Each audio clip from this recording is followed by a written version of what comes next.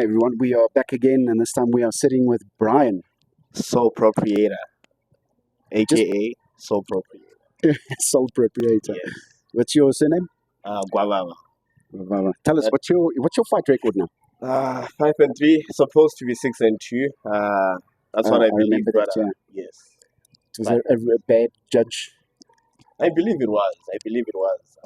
I remember seeing that fight. It was bad call It in my was. opinion. But I don't blame them.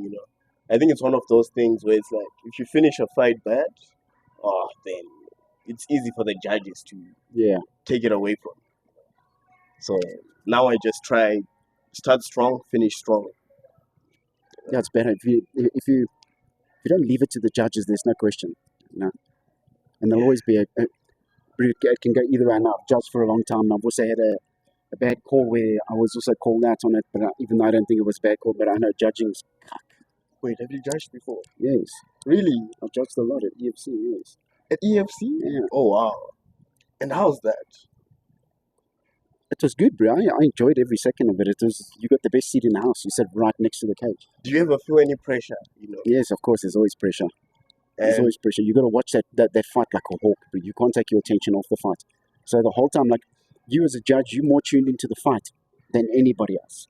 Because you've got to watch, is there effective striking? Is there effective grappling? Takedowns, so on and so forth. You got to sit and watch all of that all of the time. So oh wow. you got to be tuned into every second of every round. As a round finishes, you got to clear that round out of your mind, move on to the next round because you're judging per round, and at the end of it, you're putting everything together. But how easy is it, right? How easy is it to forget what happened in the first round? So let's say Well, you see, I make notes. So, like as the round was busy going, I would have. I've always I've still got all my notes for every single fight that I've ever judged. okay. I've got all my notes where in round one, this is who's forward, this is who's fighting who. Round one, this is what happened, and I can see through my notes, okay, this is who's winning the round. Then I go through to the next round, and brand new round, and then I can tell straight away. So you judge it straight away. Round 1, 10 Yeah. You're not gonna look back on Yeah, I don't look back on it. How it. No. often do you think that happens? I'm pretty sure it does happen quite often. That's crazy. I'm pretty Where sure a it judge does could look back and let's say maybe the third round was a draw, and is thinking, wow, happen. But you see, that's the thing. It vexes me that judges don't sit with a notepad because it's you can forget quite easily. In between a round, somebody can come and speak to you or something, and you lose it. Yeah. You've lost that focus. that's That the I crazy. always relied on my notes. My notes were my go-to, and I could see at the end of the round, okay, boom, boom, boom, I've got everything in order. This round I scored there, this round I scored there, and this round I scored there on my piece of paper through to the table. That's much better. No, And I couldn't see doing it any other way. I just I- couldn't. I find it funny that you say to me right now, some judges don't sit with us. Well, go with the look, and you'll notepad. see some judges don't. That's crazy. They That's sit with the it shouldn't be like that. You should be sitting with a notepad. But Some- sorry, what's your question? Something I'd love to do is refereeing. Refereeing is also difficult, bro. It's like you can stop a fight, and then that guy, that fighter, and his team. Why are you stopping the fight? It was too early. It was too this. There's always, whether you're judging or you're refereeing, it's not an easy job. I take my hat off to the guys. But if I look at some of the judgment calls and some of the fights, and I'm talking right up to UFC, you can even hear the commentators like Joe Rogan and them complaining. It's like, wow, What was happened that ref even watching Yeah. the same fight? Yeah. But it is like that. It's, don't leave it to the judges. Just get it done. It's easier Get said it than done. done, coach. It is easier said than done, of course, yes. I remember in the IMF, Just stand up. just stand exactly like they just stand up. It's so hard in the IMF. I counted because I really look at all my fights in detail. Yeah. My past coach, the one in Aussie, used to say, "Bro, you go crazy," because I would like wake up at 2 and just watch my fights, start writing notes down. So I would watch all my fights. I don't think I've hit anyone as hard as I've hit this guy in the IMF, the first guy I fought in the 8th final. Yeah. And I just couldn't finish. I got That was the All tired. Africa. Yeah, I got tired of going after him. I got tired of trying to finish him. And I just And that couldn't was his get him stand up. down. It was a stand-up. Throughout it was a stand-up. But I realized I made a mistake. I think the guy would have given in if I'd taken him down to the ground. I think it would have been easier. If I'd taken him down after maybe a dominant first round, it would have let me, But choke remember, him we out. spoke about that on yesterday, Sunday. Yesterday. We were speaking about it after the open mat. Running after somebody and trying to knock them out as to where you can get them to the ground, either force a TKO or look for the submission. Yeah. I think the fight favors, percentage-wise, it favors up if you start working in that aspect. You can still strike in that from a grounded position, get on top and just rain down and force the TKO through the referee, or just get a superior position and submit the guy. But like two guys just trying to bang it out. If there's not a knockout or a TKO from the standing, it's going to go all of the rounds, and then again we're putting in the judge's hands. And you don't want that. You don't want that. You don't want that. You want to finish concisely. You want to know for sure. Okay, my hand is getting raised. Instead of standing there guessing it. Highlight reels. Yeah, everyone wants the highlight reels. You can still get a highlight reel of a TKO on the ground. You can still get the guys back and just smash him from behind. You don't even have to sub him. Just force the TKO like that, and still catch a highlight reel. Yeah. But at the end of the day, the highlight reel is not your record, and your record is what's important. That's what bums you. The record is what's going to get you somewhere, not your highlight reel. Yes, you get some highlight reels are amazing. It's like, oh, this guy's fantastic. But then everyone's like going on about your highlight reel, but then you're going to lose the next 4 fights. Now your highlight reel means nothing. Yeah. And okay, I've realized as a fighter, I've got another question for you as well. What do you think? Let's say if you're to look at, do you think it's possible to be equally good in both? Because I find that when I focus on grappling, like recently, I've been focusing on grappling a lot, but now I feel like shit at striking. For some reason, I feel sloppy. I feel flat-footed. Yes, you can be an all-round fighter. You can be an all-round fighter, but you've got to put in the time. And you've been putting in the time. You're training now where it's CRT as well. Yeah. You pop in there by us every now and then. So you got to balance it out. And where you see your weaknesses, that's the one you got to put a little bit more time in. Yeah. Not to say that you're going to now completely cut the other one out. You still need to stay sharp in whichever one you're stronger at. But spend more time on the one that you got to. It's a weakness. That's just natural. You're going to do that naturally. Yeah. But if you feel your groundwork needs work, focus on that.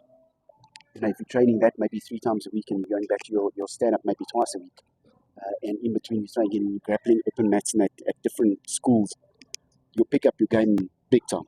Or twice a week, or I'm thinking right now, honestly, for next year, I'd be disappointed in myself if I don't train at least 3 hours a day. No, of course you got to know. I'm talking about per week, numbers per week, but per day. Okay. If you're serious about fighting, you should be putting in 2 sessions a day. Yeah. If you can, if you've got that time. Maybe get up extra early, go to work. I don't know what's going on. What is happening with your personal life? Or you? I have the time for that. If I'm being honest, I do have the time for that. It was harder when I was in Australia because then I was studying a harder degree. It was more demanding. Yeah. Well, right now it's still low, but it's conventional, so it's more focused. Yeah. On a certain aspect. A certain aspect I was good at in high school, which is economics. So it's easier for me. Yeah.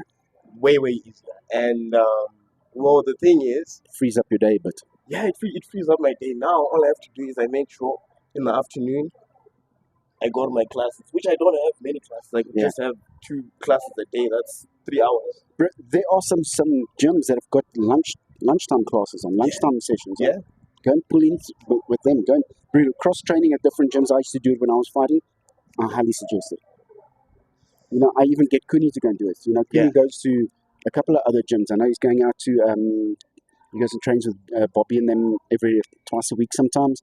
And then he's Where's out. Bobby from? They are, I don't know where their gym is exactly. But Bobby's son and Kuni are good mates, even though they're fighting combat Jiu-Jitsu in 2 weeks. Were they here yesterday? No, they weren't here yesterday. Okay. He's referring to our open match yesterday. No, they weren't there. But, JJ and Bobby are phenomenal. That whole family, the daughter, and they're just phenomenal people. And, they opened their doors to Kuni to come and train over there, which is so great. That's what gym should be like. You shouldn't go over there and feel out of place and the guys just treat you bad. You should, there's the same thing with Creonte. They also very opening, and I love the guys there. Chris and Dylan, all of them amazing. Like if you had to go there, bro, they'd open arms, they'd open their doors to you. They got an open mat every Friday that Kuni goes to. And if you want to up your grappling, bro, go to that open mat. It's brilliant. That's awesome. I know Awesome. Gracie Borough Sure. Santon as well. They got lunchtime classes as well. Okay. All right. So there's options, bro. All right. I'll look into. Yeah. I'll look into them for sure. If you can put in extra time and also just come and spend time with Kuni, he's training so many times a day. How many hours a day does he train? He's crazy. He's putting in sick time. I think he's doing some days up to 6 hours. I think he's doing like two to three sessions at about an hour and a half, 2 hours per session. He's putting in sick time. That's crazy. And he motivated me to try staying amateur a little bit more. Try not to rush it. I'm going for the World Championship next year. In the African. I'm definitely going for it next year.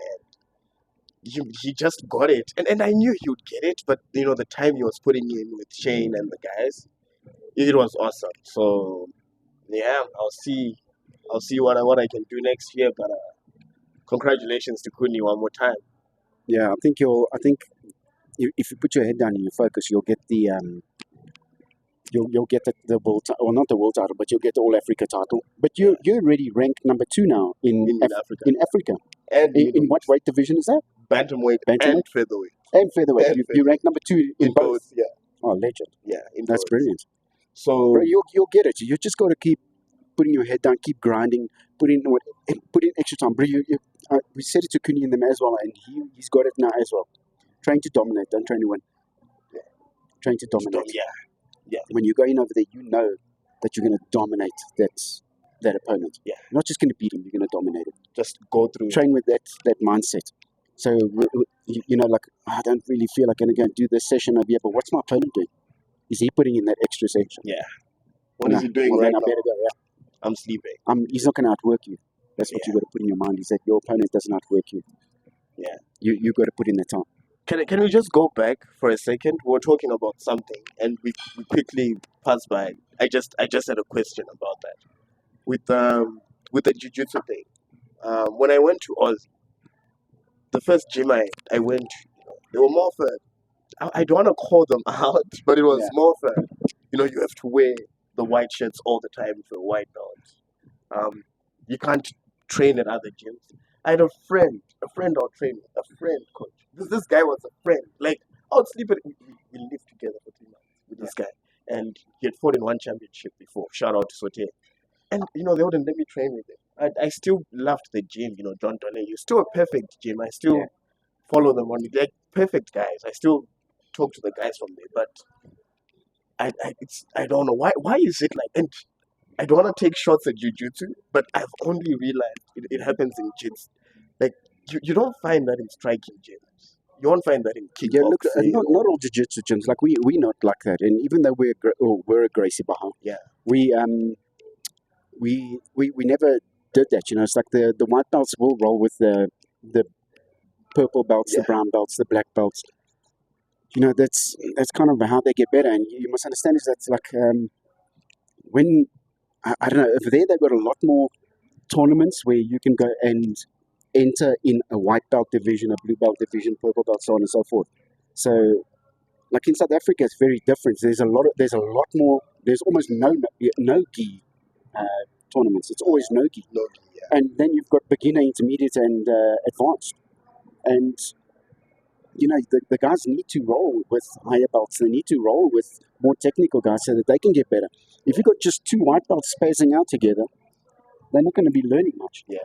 But if they're rolling with a purple belt or a brown belt or a black belt, they're teaching them and they're showing them, okay, this is how I got you. This is what you need to do in this position. You need to do that. 100%. But like we don't have those big tournaments, the IBJJFs and all of that. We just don't have them yet. We've got AJP every now and then. Where you can go and compete in a gi. Submission Kings, I think, does 1 tournament a year. We have the ADCCs, right? The ADCC is no gi, yeah. But again, there's also 3 skill levels over there. It's not per se belt levels. But you know, like at our gym, we've always had even the new guys. Like the rule's supposed to be when you're new for your first like month or 2 months or something, you don't roll. You just come in and do techniques and everything, which I don't believe is fundamental. I just, you know, when the guys roll, I always tell the guys, declare your injury, and if you knew, tell the guy you knew. If you don't have a mouth guard, tell him you don't have a mouth guard. You know, if you knew, he knows. Okay, he's not going to go out there and smash you now. Yeah. He's now your opponent is in a teacher's frame of mind. He's not in a demolish you kind of frame of mind. Yeah. You know, Now he rather things. wants to teach you. He rather wants to show you things. You know, Your game. and if you look at like Big Dion, who's at the gym, he's that perfect guy for that. Dion's so big and he's so technical and he's so strong and everything. Dion. Dion Weiser. Big Dion. Yeah, Fisser. Yeah. Yeah. Oh, it's Vissa. Yeah. Vissa. He's very, very, very much like that. He's a big dude. No, he's a big dude. He's very big. Okay, guys, seeing as we are raw and uncut, this video with this light over here is busy making so much shit with us. It is. Let's just try to get less light in it, like so. There we go. Much better. There we go. I don't know if it's going to still go dark like that. It's just picking up. I hope it does. Well, let's see. But yeah, Dion's a super cool dude when it comes to something like that. He's always willing to help. You know, whether it's at open mat or in a class or something. He's fought K1, right? No. But he's fought MMA. He's done some MMA before. But dude, yeah, there's a lot of old school cultures out there still, where the white belts aren't allowed to do this, or this belt's not allowed to do that, or you're not allowed to go and cross train at other gyms. What's that about? Do you think it's like the roots of where the Jiu-Jitsu? Because you know how we have different roots. But still, in Jiu-Jitsu, there's no secrets. What do you? If you can learn anything now, if you see a move somewhere and it's a brand new technique that somebody's come out with, it's going to be on the internet. You can go and find it anywhere. You just search it up. You can go and find it anywhere and go and practice it at your gym. It's not that you're stealing a technique from this school or from that school. It doesn't matter. Yeah. That's why I said, even with the open mats, so many schools still don't attend open mats. Just come to the open mats. Nobody's going to steal your technique. The technique you've been working on all week, come and try it on new people, you know? But don't. Oh, you must be loyal to us. If you treat your members right and you open with them and you let them go and train other places, they're not going to leave you. Yeah. You know, they're not going to leave you. Like there's been like even with you, there's circumstances where it comes to people that need to leave because they're moving to a different area, or they just find it easier to go to that gym because it's closer to them or something like that. You know, it's a geographical thing, a work thing, a personal thing with a relationship, or a preference. At the end of the day, people are adults. Yeah. You can't tell an adult what to do. Yeah. You know, I can't sit and say to somebody, you've got to stay here, and if you don't stay here, that's it. And if you leave, you never speak to me again. Well, I've had so many people leave the gym, and I'm still mates with everybody. And they still come I don't have animosity with anybody that's left the gym. You know, and our doors are always open. They can come back anytime they want. Same with like you. I mean, you come to our open mats all the time or to sessions. Our doors are always open. Yeah. And all schools should be like that. And like if your school's not like that, maybe you should start asking questions about being at the right school. Whether you leave or not. Yeah. Cross training's a thing, dude. It's a good way for your athletes to get better. So don't sit and try and block them from doing it. Let them do it. Yeah. You know? I think it's good. And I think even it's healthy when we go out for competition. Because I've had cases where we go out for fight nights and they are gyms fighting. You can tell that the relationship between the two is probably messed up, or for whatever reason, the emotions are high. But if you guys fight every Saturday, it's difficult to do that. The respect between you is... Well, you'll see, like when we go to a grappling tournament or we go to an MMA tournament, you'll see we are friends with everybody. We got no problems with nobody. You know, we'll go and say how's it to everybody. So people come and say how's it to us. You know, even if we're fighting against each other, we don't have animosity because we haven't built any kind of animosity against us. There's no, oh, my guy's training there, but you know, he left now. It is what it is. If a guy left to go and train, but you're good, have him. Because when he goes and fights under your gym, we all from this gym are going to still go and support him. Yeah. We're still going to go and shout for him. Yeah. You know, it's happened so many times. If you look at, just at the top of my head, Julia Saludin. him going to another gym. Even when he's fighting, we still went and watched and we still went and supported because we've still got love for everybody who trained us, you know. Yeah. It's not that we got hate for anybody. You know, anybody who leaves us and they go and fight or they compete, we'll still go and stand and watch them and support them and shout for them. That's what it's about. I remember we watched Julius fight. Who was it against? Machawani? Edson. No one went there. Did he fight Edson? Yeah, Yes, he did. Yeah. He We lost watched it in the gym. Yes, yeah. You put it on. You're like, oh, Julius. I don't even know he was fighting that night. Yeah, we did, yeah. And we watched it in the gym. Yeah, it's a shame, man. Yeah, but that's how it should be, you know. You should still support your people. Whether they left you or not, you should still. At the end of the day, just because they're not training by you doesn't mean that there should be a lack of love for that person. Yeah. And I think also they won't be able to come back. Like what you're saying. They won't have the balls to come back or the guts to come back. There's been lots of people who come back. A lot of people who have left and then come back, which is great because, you know, I've actually got a saying at the gym, eventually everyone comes back to Valhalla because sometimes the grass isn't greener on the other side. And even if they don't come back full time, they still pop in all of the time and all of that. Sure. They come and check out the place because they like the people, they like the vibe, you know, and they're always welcome. The place, I won't lie, the place feels safe.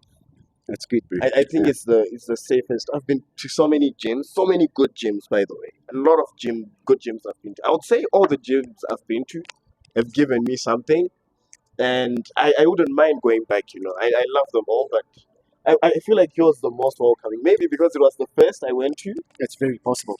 Maybe it was because it's the first, but yeah, it was awesome. I want to just see something. I want to try changing this auto setting over there so that this thing doesn't no, that's not it. Okay, never mind, we carry on. Raw and uncut. But that's about it. I think that's everything that we wanted to cover. We've hit our 20-minute mark. Judging on this video, we might have to do it again. I don't know. I've got to see with this darkness, going bright and darkness all of the time. Yeah. It's because the cloud cover is behind us outside. There's some clouds and there's no clouds, and I don't know what's going on. But dude, thanks for coming through. Appreciate you. Thank you too. And yeah, we'll chat soon again and very soon. Come and get some more fights in. 100% or 100%. And we're out, guys. Thank you very much for watching again. Cheers.